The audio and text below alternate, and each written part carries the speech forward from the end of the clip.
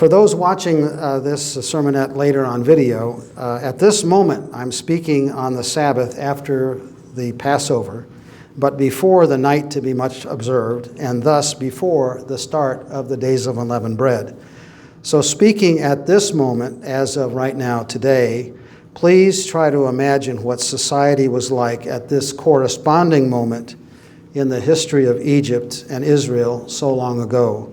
The entire nation of Israel was still trying to fully grasp the magnitude of the hammer blow that had been delivered just around midnight when God caused the death of every firstborn child, every firstborn of Pharaoh, from the firstborn to the firstborn of Pharaoh to the firstborn of the servant girl behind the millstone, as it says. The cries from the Egyptians for mourning and distress and anger could be heard from one end of the land to the other. God had previously intervened in the affairs of humanity on this scale only twice, as recorded. Once was the flood, where he provided ample warning through Noah to anyone who would listen. The construction of a large boat on dry land was a pretty big public warning statement. The other time was at the Tower of Babel, but no mention in Scripture of any public warning was made. Each of these interventions was a stunning miracle of its own, but each distinctly different. In the case of Israel, God had revealed himself to Abram and entered a covenant with Abram, and God did this in a very powerful, direct, personal way, as described in Genesis chapter 15. In the midst of the covenant proceedings, God told Abram his intentions for his future offspring, Israel. And it says in Genesis 15, starting in verse 13, "Then the Lord said to Abram, 'Know for certain that your descendants will be strangers in a foreign country. They will be enslaved and oppressed for 400 years. But I will execute judgment on that nation that they will serve, and afterwards they will come out with many possessions.' For Israel in Egypt under Pharaoh, the moment for the promise to be fulfilled had arrived. But notice how it was being fulfilled had not been revealed. It would soon become clear to the Israelites that they were to be immediately ejected from Egypt. The very fact that we are to observe the days of unleavened bread harkens back to the haste of the time of the departure from the bread being made was taken before it could rise. Yet, while those nations of Egypt and Israel were to participate in an immensely spiritual metaphor about sin, the few times the word sin appears in the account, that word is not used to describe Egypt. Only in hindsight, when we are able to back away far enough from these events, can we see what God was working out. The promise God made to Abram in Genesis 15:14 was different from the spiritual metaphor that they acted out. That promise of being enslaved and later setting free was itself narrowly a one-time experience. But the metaphor about the promise, later defined, the metaphor about the promise was an instructive lesson for all humanity, for all time. Indeed, the metaphor was part of God's plan of salvation. Because Israel in Goshen had no written scripture, the Israelites would have only known about God through word of mouth via their culture. The purpose of the first Passover and the subsequent Exodus was to clearly cleave and to separate Israel from Egypt, to set them apart so God could reveal to them his ways.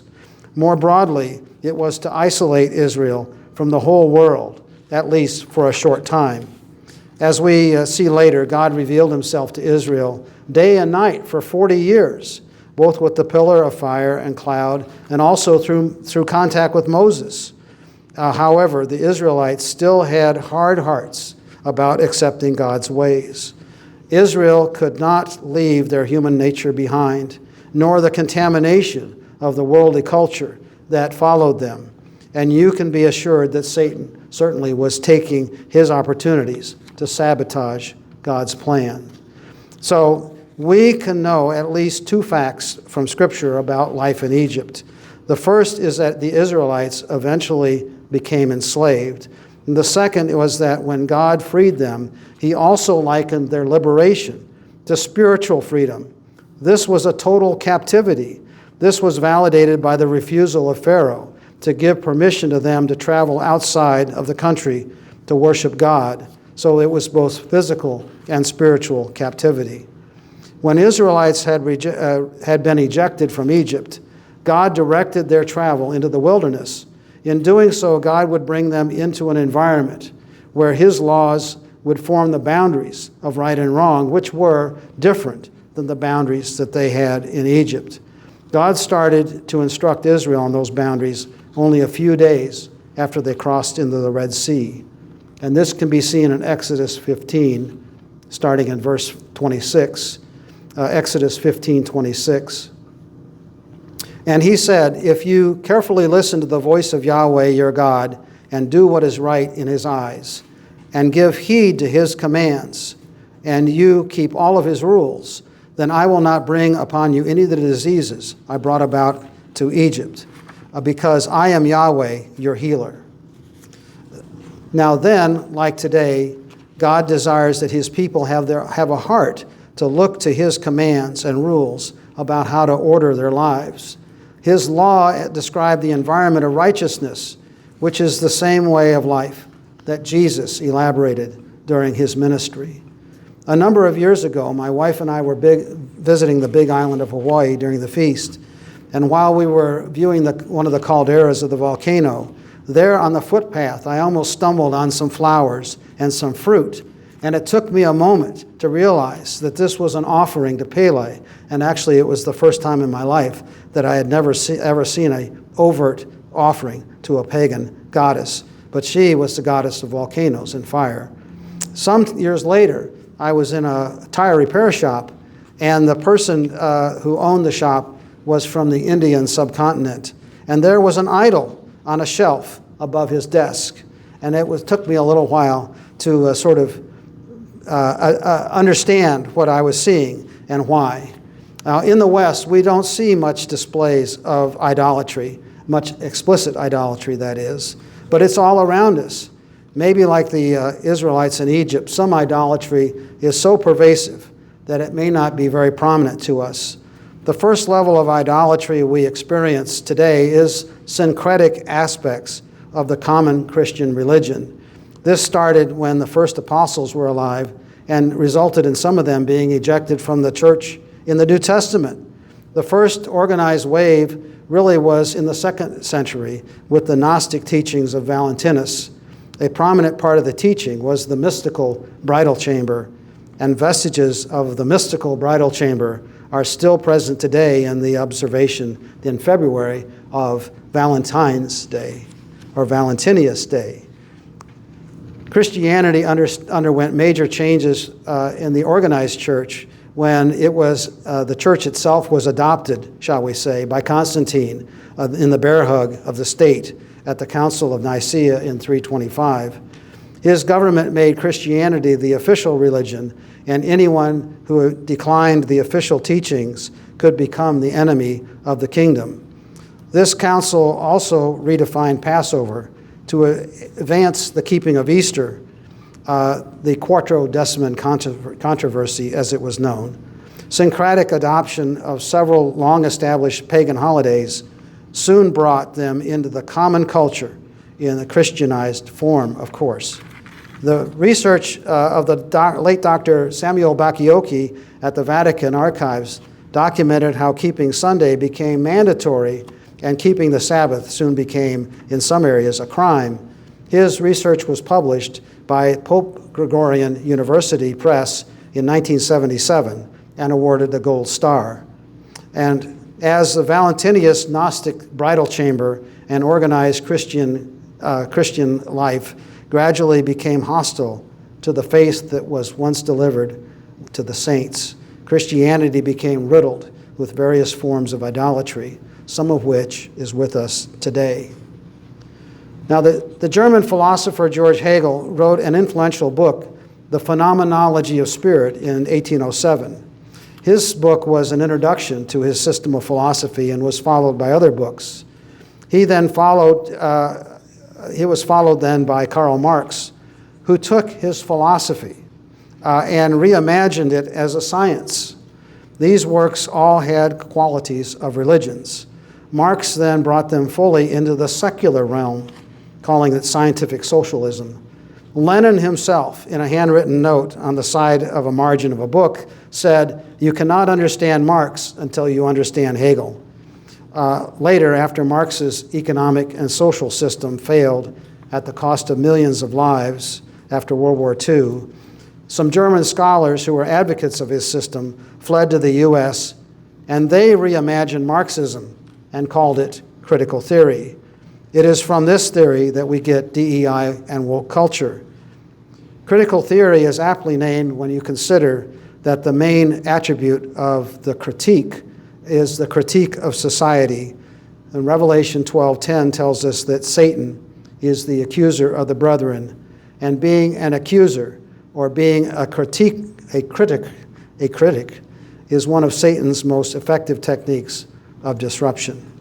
Now, the reason for walking down this path at this stage in a sermonette is to show that we indeed have idolatry in the West today, but these are belief systems that are recast as social science, as philosophy, as ideology, but they don't have concrete idols or images on a shelf to bow down to. They are effectively what I call deity-free religions. They describe ways to order your life, and they describe a form of transcendence to a utopian future, if only for some future humanity when life will be perfect. Because deity-free idolatry is a form of secular ideology, and it only goes back roughly 2 centuries. We don't have any warnings about this in Scripture. Christianity has no experience with this, directly at least. A recent report documented that our own government had conducted 57 taxpayer-funded operations to suppress public opinion on several important topics, starting with our public health care choices. These policies arose from ideology. We have no prior experience in human history with the scope and scale of such attempts funded by hundreds of millions of dollars of taxpayer money. But these things touch on our spiritual values, our lives. It even touched the church and some decisions the church made. And when we sing this hymn, number 118, the first stanza ends with, "See if there be some wicked way in me, cleanse me from every sin, set me free." This comes from the last verse of Psalm 139 and verse 24.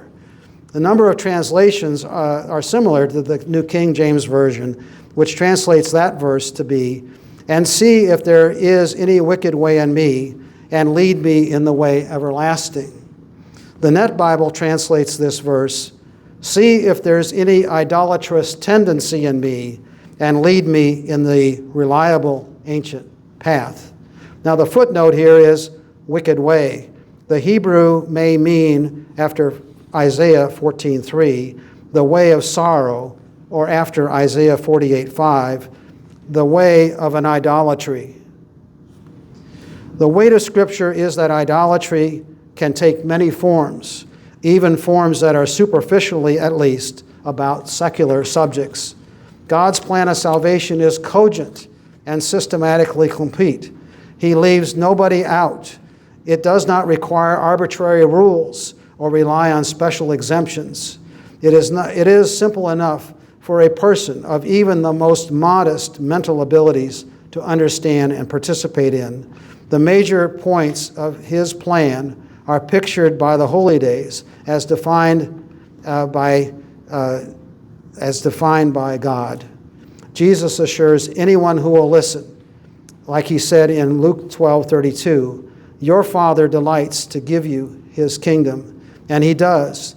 If you read the Gospels, one of the underlying themes is that Jesus, with joy, brought the gospel to humanity.